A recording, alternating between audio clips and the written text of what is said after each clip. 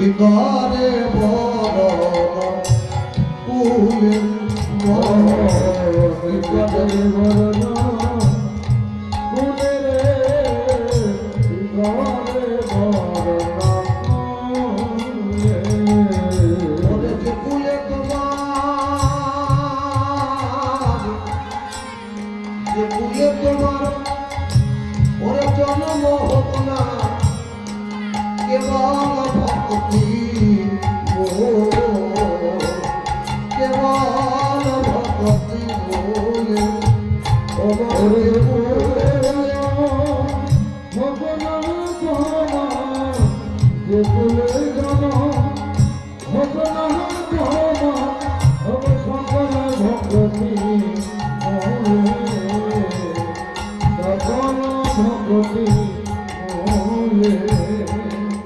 ওরে কি করে বদন কুলে অমন কি করে বদন কুলে অমন কি করে বদন কুলে কি করে বদন কুলে বলে জাতির কোনো দরকার নেই কোনো জাতির দরকার নেই ওরে বলো না কি কুল বিদুরের ছিল ওরে খালিল যাহার ঘরে বলো না কি কুল বিদুরের ছিল ভগবান চাইল তাহার ঘরে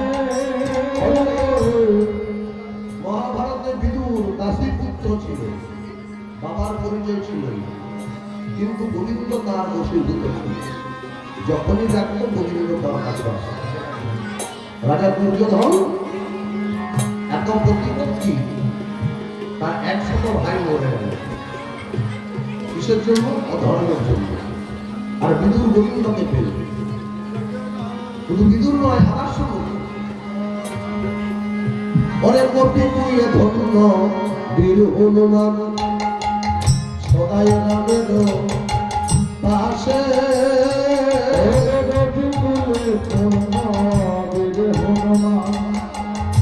সদাই রামের পাশে রাক্ষস হইয়া বিভীষণ বৈশে রাক্ষস হইয়া বিভীষণ বৈশে ঈশ্বর স্বভাব মাধব ঈশ্বর স্বভাব মাধব হইয়া বিভীষণ বৈশে রাক্ষস হইয়া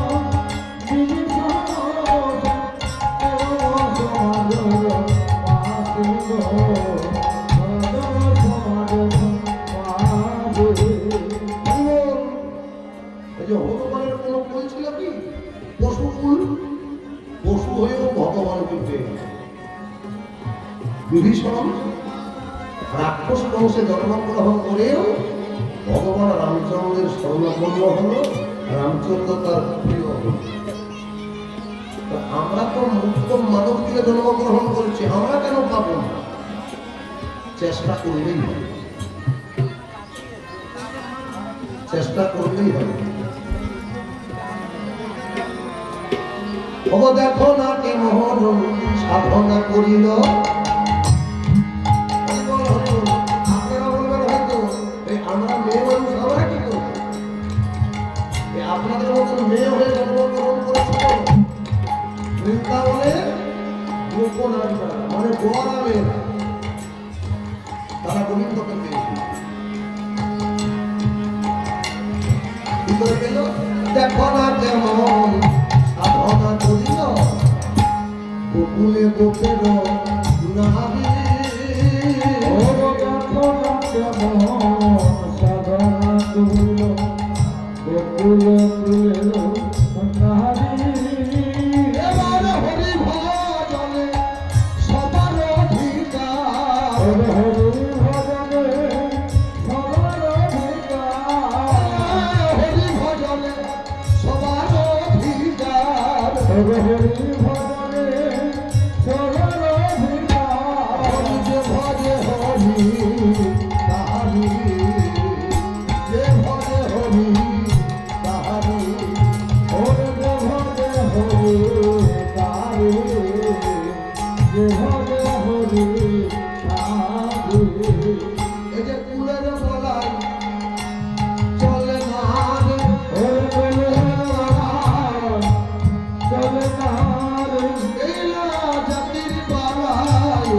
চলে না রে বাপুর মালা চলে না রে ভক্তি ভরে ডাকলে পরে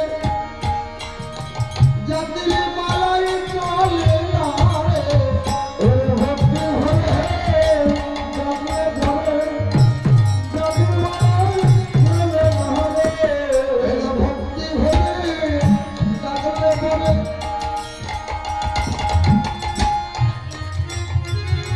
তোমরা বদন হবে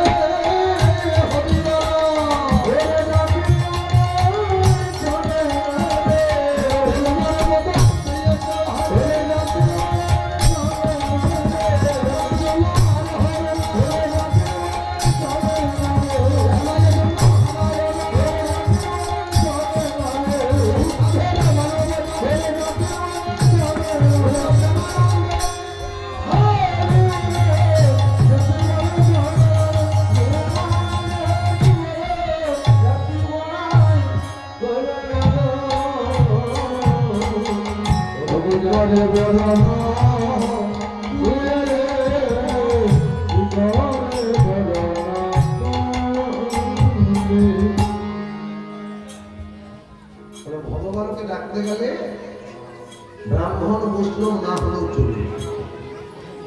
মানুষ ওই জন্মগ্রহণ করেছি, যে যেমন করে ভজনা করবে তেমন করে পাবে। ডাকার উপরে মেনু, যে যেমন করে ডাকবে। আজকে ভগবান মহাপ্রভু অম্বিকা নগরে এসেছে। আর অম্বিকা নগরে আসার সঙ্গে সঙ্গে সমস্ত ভক্তকে বসতে দিয়েছে, চরণ ধৌত করেছে, মহাপ্রভু চরণ ধৌত করেছে। এমন সময় এলো দেশে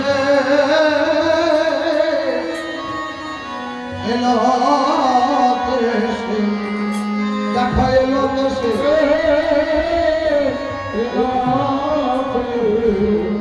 ওই দেখা এলো দেশে এলো দেশে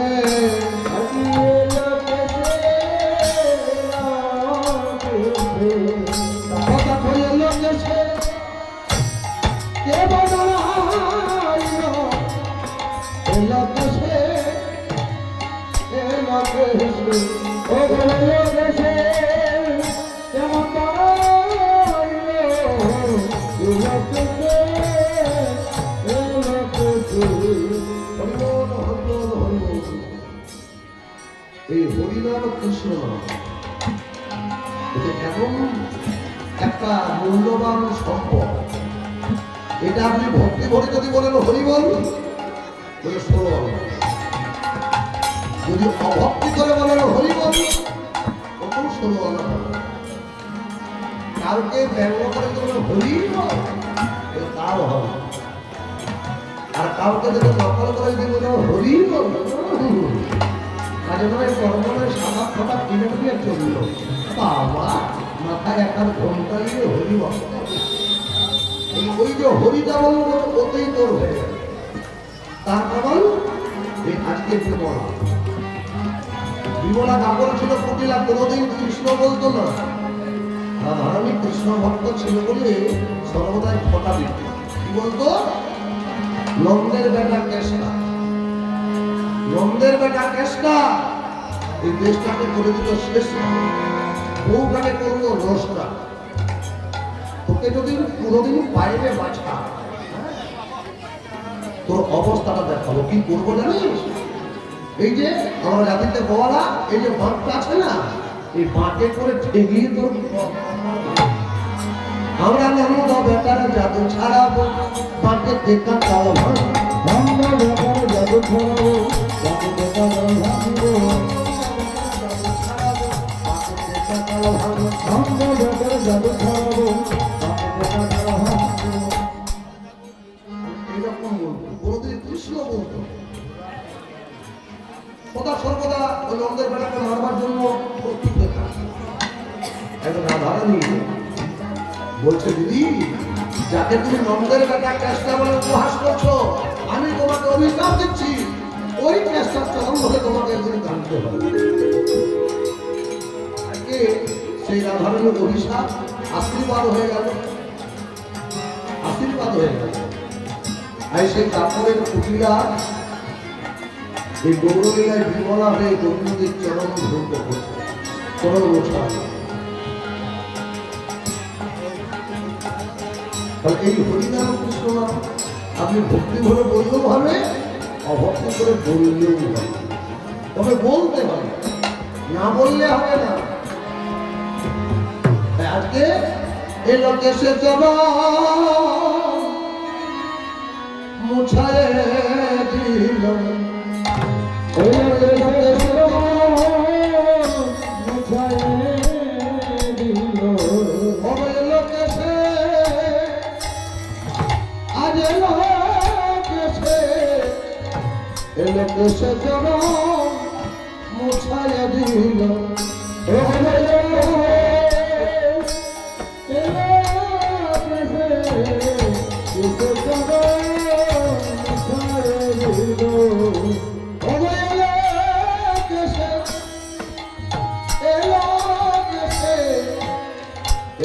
সে জন মুছায় দিল, সে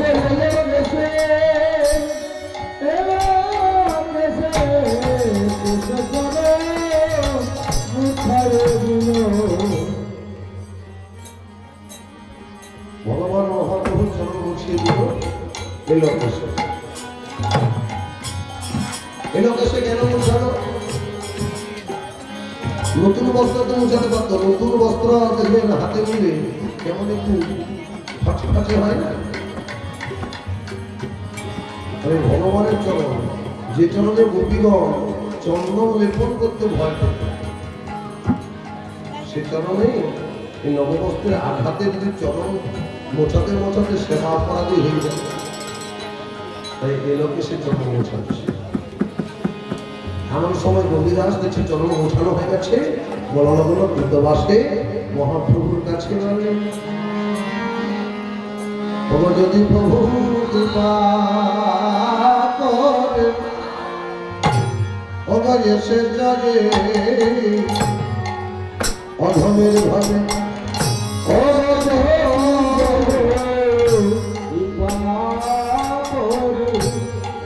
এসেছে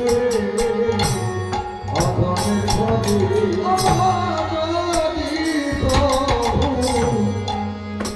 কৃপা করে এসে করে অধমের ঘরে,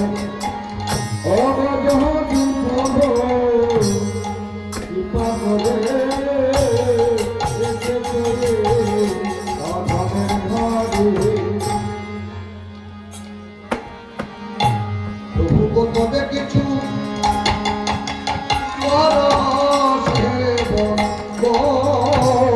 তবে কিছু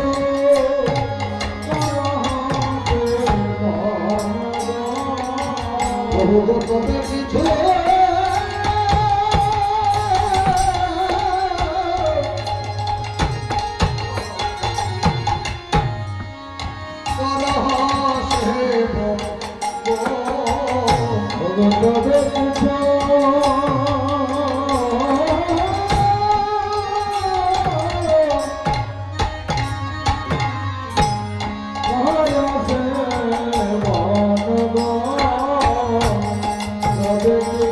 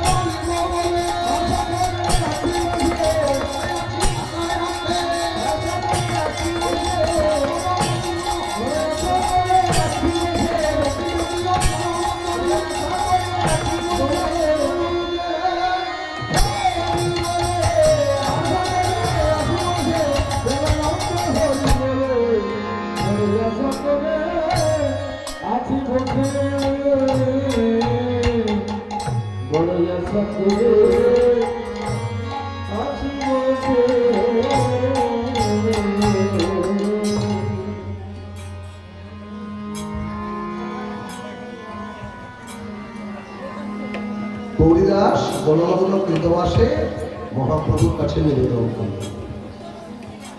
মহাপ্রভু বলছেন,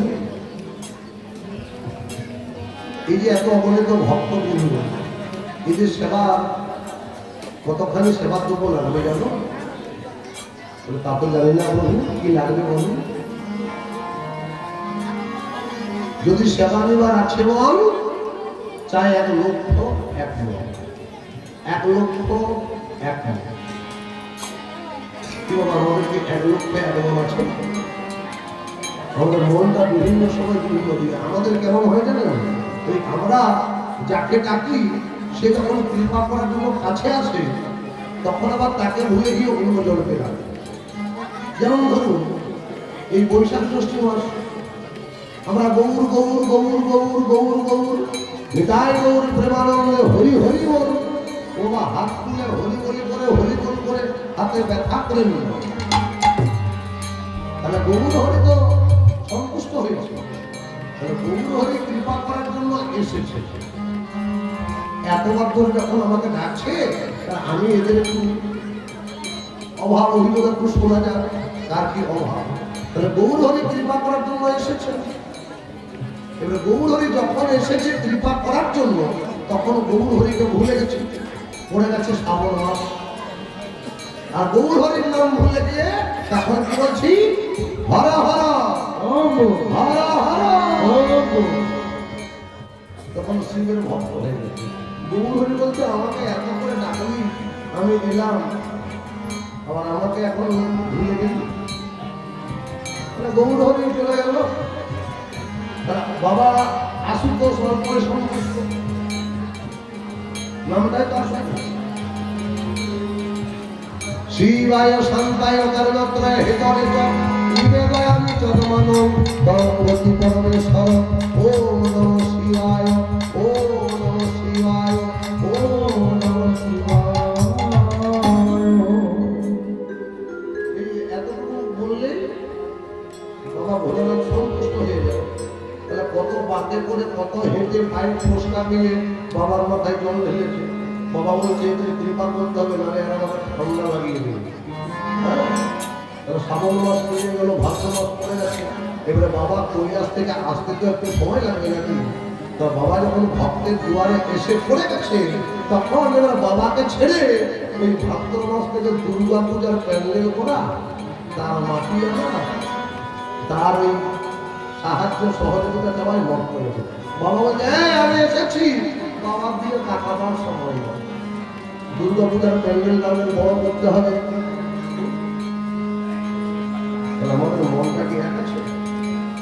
গৌর হরি বলছে, সেবা নিতে গেলে 1 লক্ষ 1 মন লাগবে, 1 লক্ষ 1 মন। দুর্গা বলছে, প্রভু আমার কিন্তু লক্ষ্য একটা, আমি লক্ষ্য করে আছি বসে, আমি লক্ষ্য করে আছি বসে। প্রভু তব সেবা নিবার আশার আসে, লক্ষ্য করে আছি বসে। তব সেবা সেবা নিবার আসে, লক্ষ্য করে আছি বসে।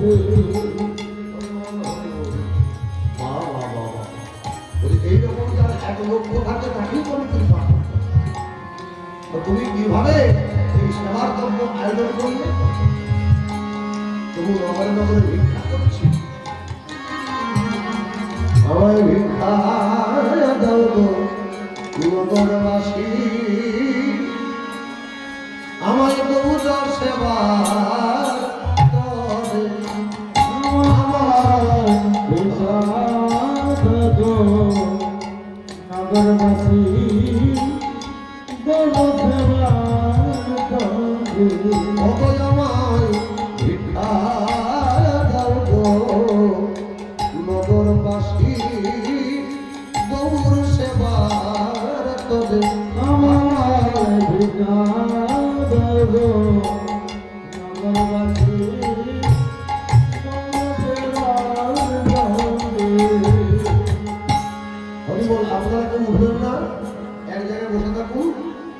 বাড়ির ছেলে যারা আমাদের কাছে ভিক্ষা করে ভিক্ষার ঝুলি লইয়া কাঁধে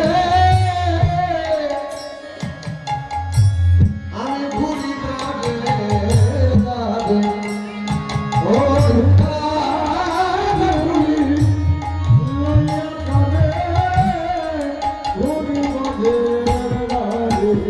আমায় ভিক্ষা দাও গো নগরবাসী অভিলাষী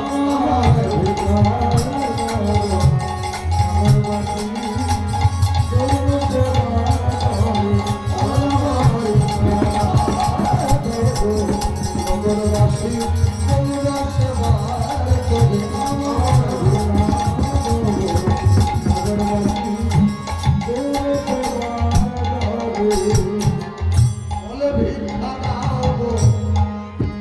নগরবাসী তোর সেবা অভিলাষী ভিক্ষা দাও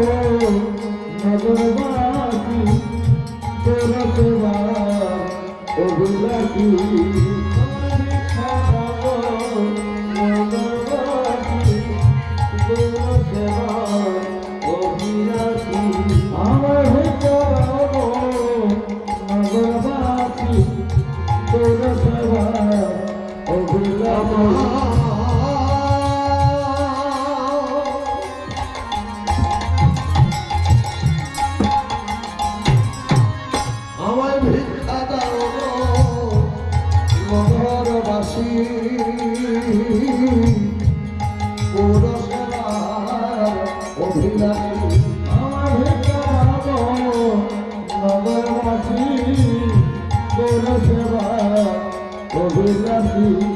ভিক্ষার ঝুলি লইয়া কাঁধে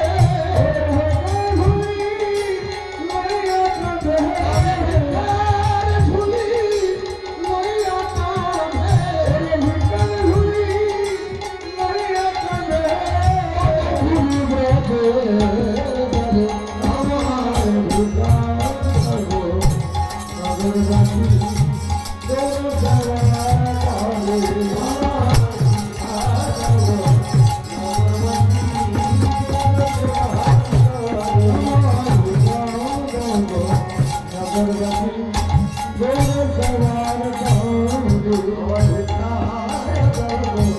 নগরবাসী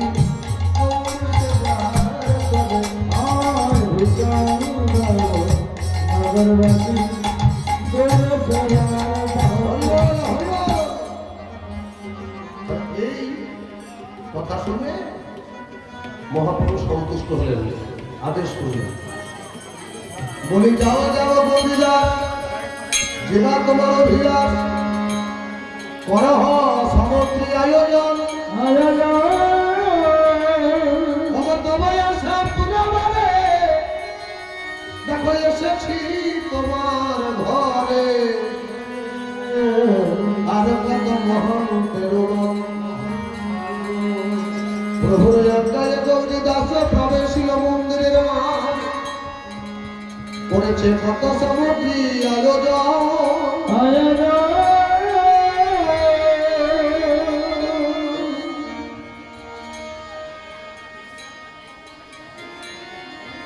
কেমন ভাবে আয়োজন করছে অবনতুন মনসায় দিল ছালি ধনের চিরা তাহার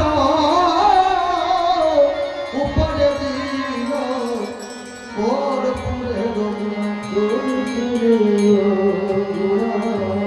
হরিবল হরিবল হরি। এই যে প্রভুর প্রভু মহাপ্রভু প্রভুর প্রভু মানে এই বলছে এই যে এতগুলো যুগে যতগুলো প্রভু হয়েছে সবার প্রভু, তার জন্য নাম হচ্ছে মহাপ্রভু। সবার প্রভু হলো কি করে? সবার প্রভুটা হলো কি করে? আর প্রভু সেবার জন্য দেখুন সমস্ত প্রভুদের সেবার জন্য পিতলের পাত্র, তামার পাত্র, সোনার পাত্র, রূপার পাত্র, আর মহাপ্রভু সেবার জন্য মাটির পাত্র। রাধে রাধে। দেশবাসী সম্প্রদায় দিকে 1,000 টাকা পয়সা দিয়ে আনতে পারছে, আর মহাপ্রভু সেবার জন্য কি রূপার পাত্র তামার পাত্র ব্যবহার করতে পারতো না? ওকে করলেও করা চলবে না। কেন না? এটা মহাপ্রভু আগের থেকে কথা দিয়ে রেখেছে। কথাটা দিয়ে রেখেছে, কাকে কথা দিয়েছে? আর এত পাত্র থাকতে সোনা রূপা তামা আর মাটির পাত্রটা কেন ব্যবহার হচ্ছে? এটা কাকে কথা দিয়েছিল? এটা কাপড় গুলি। আমি দু তিনটা কারণ বলবো, আপনারা সিদ্ধান্ত করবেন কোনটা সত্য। প্রথম কারণ বলি, প্রথম কারণ হলো ভগবান কৃষ্ণচন্দ্র একটা অবতার হয়েছিল, অবতারের নাম বলছে কি বরাহ অবতার। বরাহ অবতার শুনেছেন তো? অবতার বরাহ। বরাহ অবতার কার জন্য হয়েছিল? হিরণ্যকশিপুরের ভাই হিরণ্যাক্ষকে বধ করা। হিরণ্যাক্ষকে বধ করার জন্য বরাহ মূর্তি ধারণ করলো, আর এই বরাহ অবতারে পাতালে চলে গেল। হিরণ্যাক্ষ পাতালে সকলকে অতিষ্ঠ করে তুলল। স্বর্গবস্ত পাতাল সকলে ভয়ে অতিষ্ঠ হয়ে রইল। সকলে থেকে ভগবানকে ডাকলো, ভগবান বলল চিন্তা নেই, আমি আছি।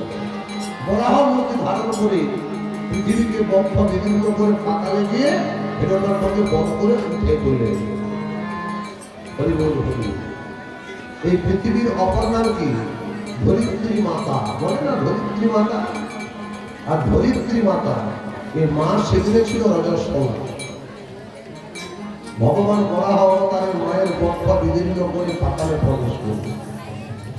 তাই ধরিত্রী দেবী জোড়হাত করে বলে, প্রভু তুমি এমন দিনে আমাকে স্পর্শ করলে জগৎবাসী সকলে আমাকে অসত্যি বলবে, আমাকে ধরিত্রী মাতা বলবে না। আমার কি অবস্থা হবে, আমার কি গতি হবে? ভগবান কোনো চিন্তা নেই, কর্ম যেমন করেছি ফল তেমন হবে। সকালে তোমাকে আমি ধারণ করেছি, তোমার গর্ভের সন্তান হবে, কিন্তু সময়টা বড় খারাপ। এই সময় সন্তানের নাম হবে নরকাসুর। আর এই ধরিত্রী তোমাকে কথা দিলাম, তারপর যদি কৃষ্ণ অবতারে যতগুলো লীলা করবো তোমার বুকের উপরে, আগে তুমি আস্বাদন করবে। ঠিক আছে প্রভু, আর কি পাবো না? কলিযুগে আমি গৌর হব, আর এই পাপ দূরীভূত করার জন্য আমার ভক্তরা ভোগ লাগাবে, সেদিন আমি ওই মাটির পাত্রে করে সেবা করব। এটা হলো একটা কারণ। আর একটা কারণ কি? যদি রামচন্দ্র অবতারে পিতৃসত্য পালনের জন্য রামচন্দ্র সীতা আর লক্ষণ চলে গেল বনবাসে।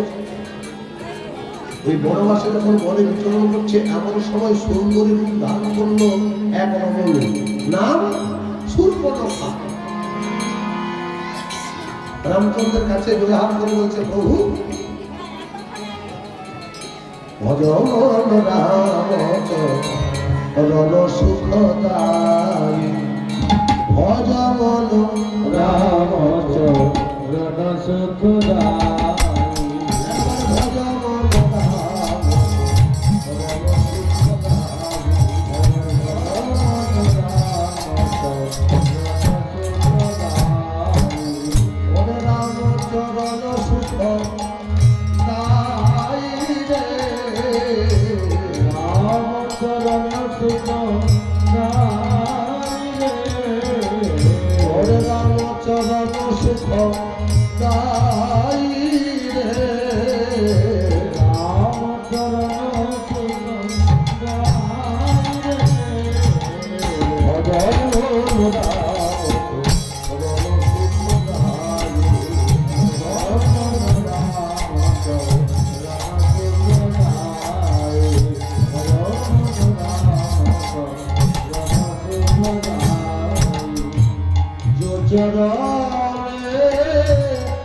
গঙ্গা সুরসুরি উঠত মিঠ পানে,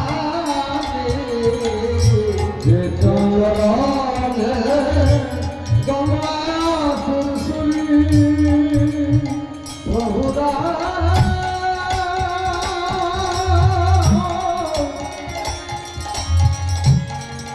প্রভুরা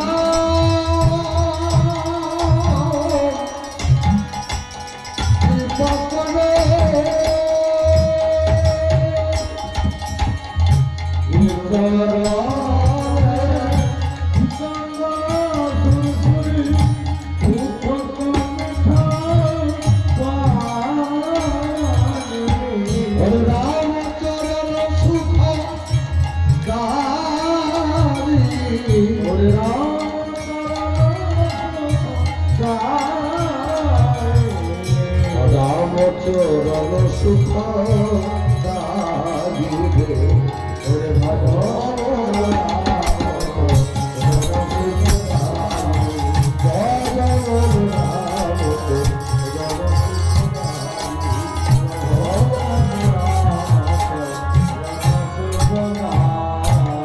সাধু সাধু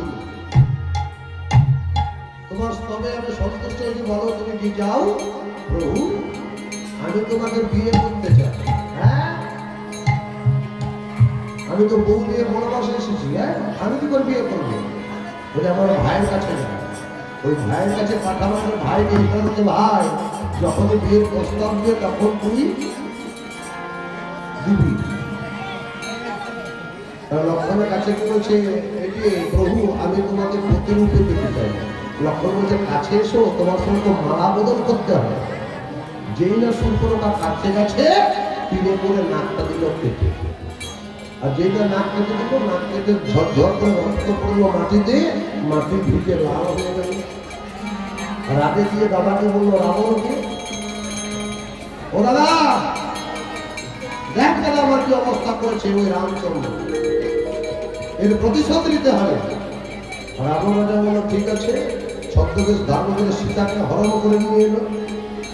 আর যেদিনে হরণ করে নিয়ে এলো রামচন্দ্র লক্ষণ বানরগণকে সঙ্গে করে সাগর বন্ধন করে লঙ্কায় চলে এলো। একে একে সকলে যুদ্ধ করলো। অবশেষে লক্ষণ যখন যুদ্ধ করতে গেল, রাবণের শক্তি ছেড়ে পড়ে গেল। লক্ষণ আর বাঁচবে না, বাঁচবে বন্যমাধব থেকে যদি বিসর্গ করলে আনতে পারে, আনার জন্য হনুমান রামচন্দ্রকে স্মরণ করে, রামচন্দ্রকে প্রণাম করে চলে গেল বন্যমাধব পর্বতে আনতে। আর বন্যমাধব পর্বত যখন বুঝতে পারছে না, তখন জয় শ্রীরাম, জয় শ্রীরাম, জয় জয় রঘুপতি রাম, রাজা রাম, পতিত পাবন সীতারাম, জয় রঘুপতি রাম, রাজা রাম, পতিত পাবন সীতারাম, সীতারাম, রাজা রাম, পতিত পাবন সীতারাম, সীতারাম, পতিত পাবন সীতারাম, রঘুপতি রাম, রাজা রাম, পতিত পাবন সীতারাম,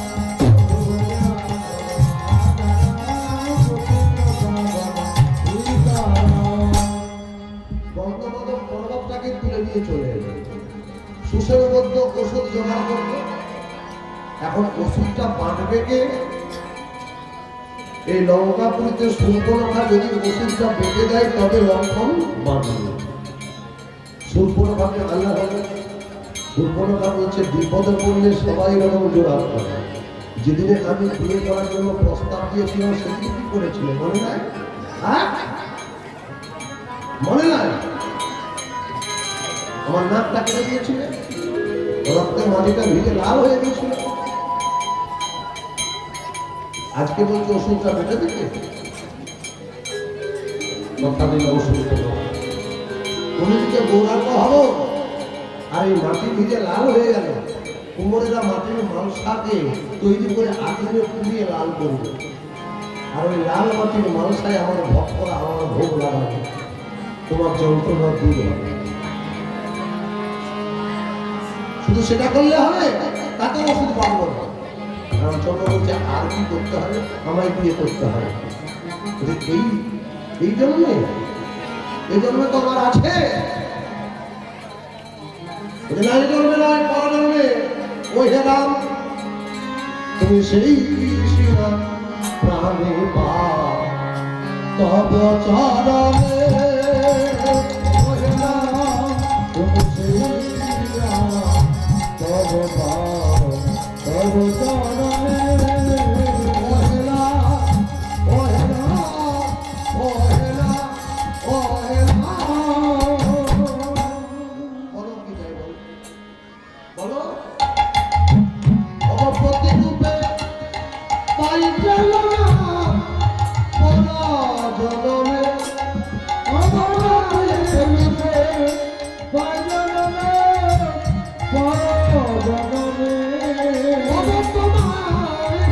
রূপে পাই কেমন জনমে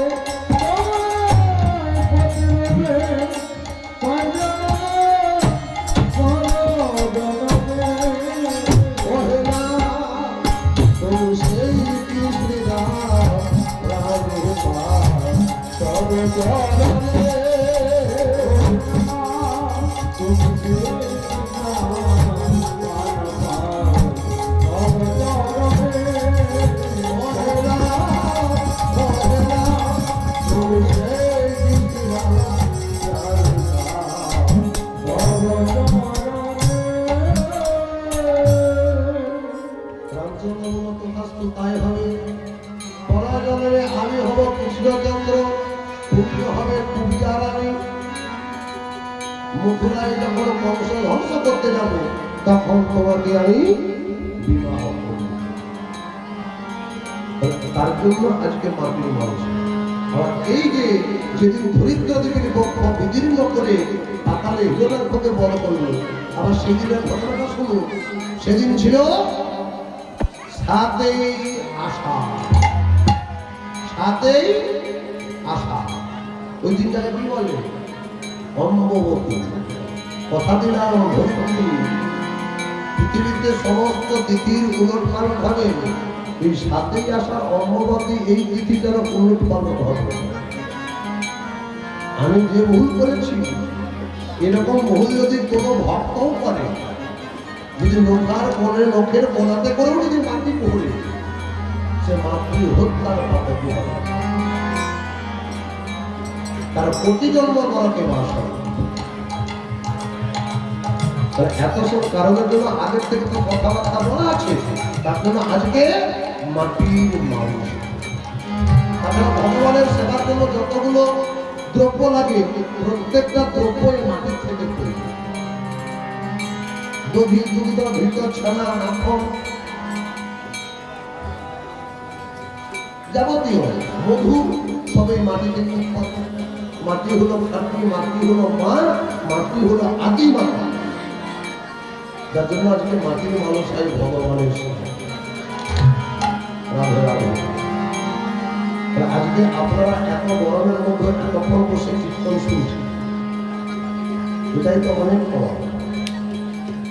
আর এইটা যদি কালকে আর এসে খুঁজে না পারেন আর পাবেন না। কেন? বলছে এই জীবনের কোনো দাম নাই, এই আছি এই না। আর জীবনটাকে তো কত ভালোবাসে। ও হরি মন্দিরে যাবো না বন্ধ করো, তার জন্য কোনো কথা কি বলছে? জীবন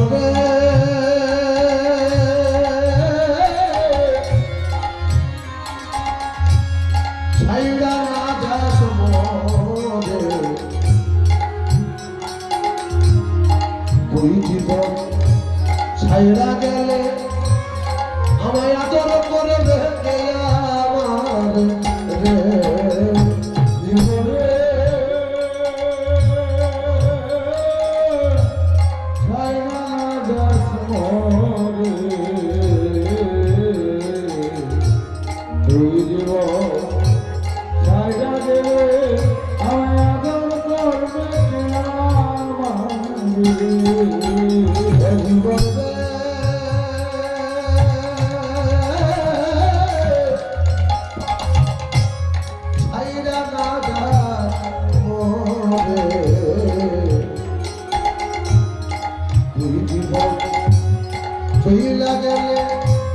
আমার লোকে বইবে মোরা জীবন রে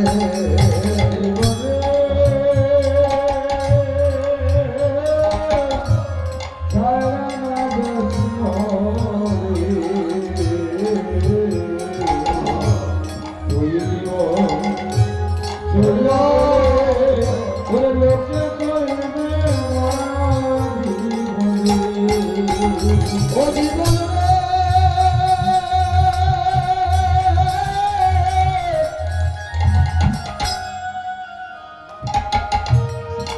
কাঁচা বসে হাট পালন করে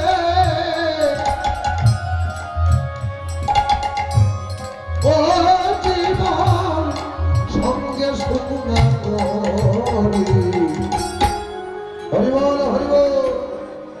এটা কবে হয়?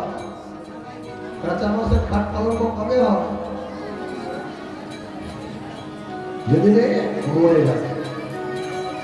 সকলে শুকনো করিও নিয়ে যায় আর মাটির হাড়িও নিয়ে যায়। এত সুন্দর দেহ, হ্যাঁ, নাম পূর্ণচন্দ্র দাস, গ্রামের নাম মঙ্গলবাড়ি, হ্যাঁ, এত সব এই যে মা, দিদি ভাই, বোন, হ্যাঁ, এই যে সকলে দেখতে তাহলে যদি এরকম কাঁচা মাছের খোলাই করে নিয়ে যায় আর দেখা যাবে, তাহলে মানব জীবন সার্থকতা কোথায়? তাহলে বেঁচে থাকা অবস্থায় যতবার পারবে একটু বলে নিতে হবে হরি নাম। ও জীবনে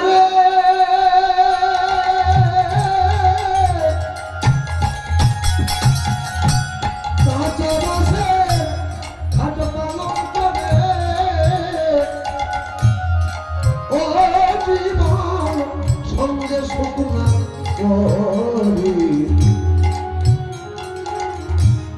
মুসলমান আল্লাহ রসুল আমার হিন্দুটাকে হরি জীবনে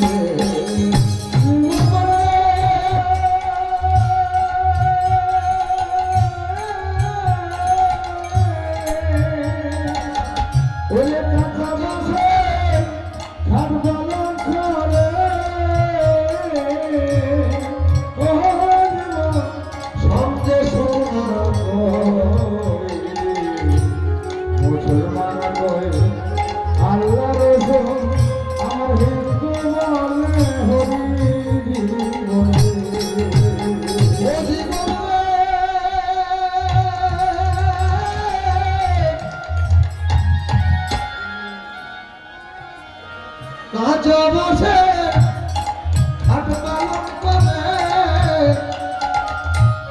ও জীবন সঙ্গে শুকনা করি মুসলমান আল্লাহ রসুল আমার হিন্দু বলে হরি জীবন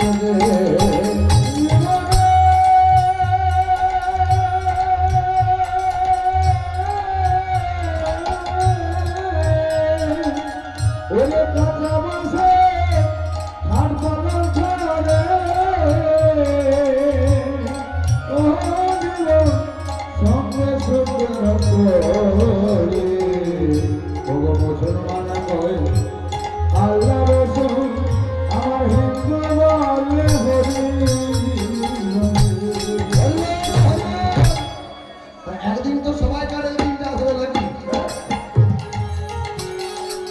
তাহলে আসলে কথা কি বলছে? অহংকার করিস না।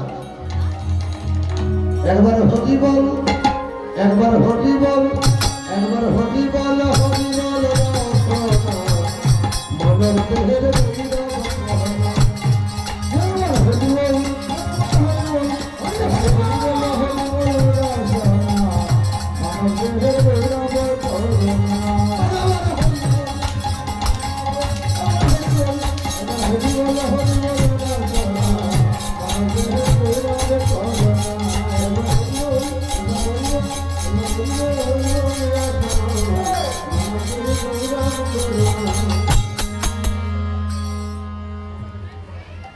হরিনাম ছাড়া গতি নাই, গতি নাই, গতি নাই।